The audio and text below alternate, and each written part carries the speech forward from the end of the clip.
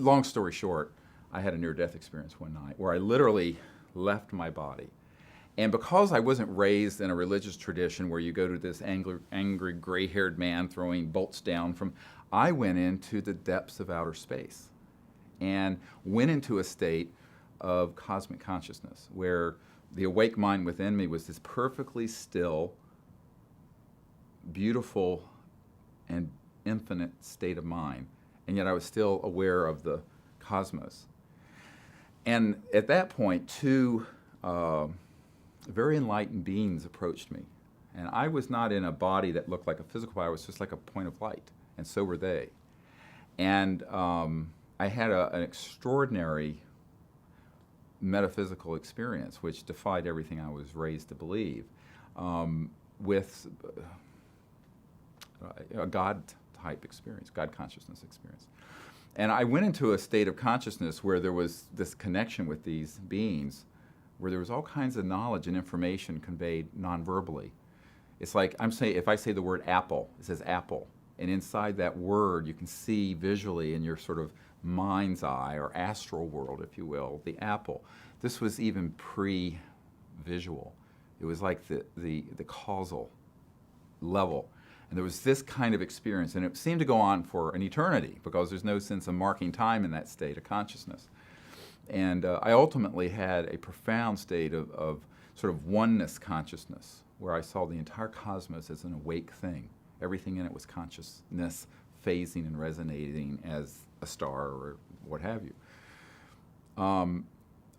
Eventually, these two enlightened beings, these sort of twin, powerful, almost like avatar-type beings, said, well, you may come with us or go back to Earth. And I said, well, I had enough presence of mind to say, well, what is your will? I mean, what should I do? And I'm a 17-year-old boy who was raised as totally an atheist. We were Unitarians, but we didn't believe in anything. And they said, well, we would like for you to go back to Earth to work on what you can do for Earth. And with that, I became very depressed, to be honest with you. I had no interest in coming. After that experience, I had no interest in being back. But I said, okay. And with that, I sort of fell back into my body. And after that, there's a whole lot to this that I don't know if I need to go into, but I was sort of tested to see if my will to live. And I was almost drawn out of my body several times and eventually nailed it and stayed there. And after that, I was spontaneously healed. I know I had hepatorenal syndrome and renal failure because my skeletal muscle was so damaged, my urine had become the color of Coca-Cola. I mean, I was very sick. But I never did see a doctor, and I, after that, got fine. And I then became very interested in exploring higher states of consciousness. It was October of '73, and it was in the Southwest. I saw this same ship that I'd seen when I was 8 or 9. And I looked at it, and I felt this immediate connection to it and thought, oh, well, they're back. And I didn't think a whole lot more about it, and it kind of just winked out again, vanished. So I sat and meditated there on the top of this mountain and some rocks, a little over 5,000 feet overlooking the valley. And when I finished, it had gotten dark. I had this really beautiful, deep meditation. And it was crystal clear air up at that altitude in October. It was quite chilly. I had a ski jacket on. And at the end of it, I stood up and I looked at the sky, and a thought that wasn't my own entered me and said, behold what a beautiful universe God has made. And with that, I went, as that thought ended, I went into exactly the same state of consciousness I was in when I had my near-death experience. Well, a few minutes later, I realized there was a glowing right below the crest of the mountain. And then I realized there was this animal, what I thought was an animal, nearby. Well, being young and I kind of got on the ground. I hate to admit this now, sort of in the fetal position, sort of like, what is this? And it had this beautiful almond-shaped eye, like deer eyes. But it was an extraterrestrial biological life form. And he came up to me and touched me on my right shoulder.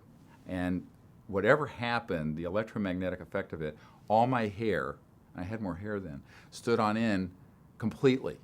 And I was totally electromagnetized. And subsequently, we went from there, and in an instant, went on board this craft. And what happened after that is sort of metaphysical in the sense that we seem to dematerialize and then appear out in space. And I was sitting with these other extraterrestrial beings in a meditative state. And people say, well, what were they saying? I said, it wasn't about saying, it was about being. But what we did was that I was teaching them what it was like for a young man, to be in cosmic consciousness as a human. And then that's where we met. We met in that state of cosmic consciousness. And then we created what's known as the CE5 protocols, the Close Encounters of the Fifth Kind protocols. That's where they came from. And basically I began to practice this ability with them to see them in the mind's eye and then vector them to a location and have an encounter. And they told me that at some point this would be very important to know how to teach other people.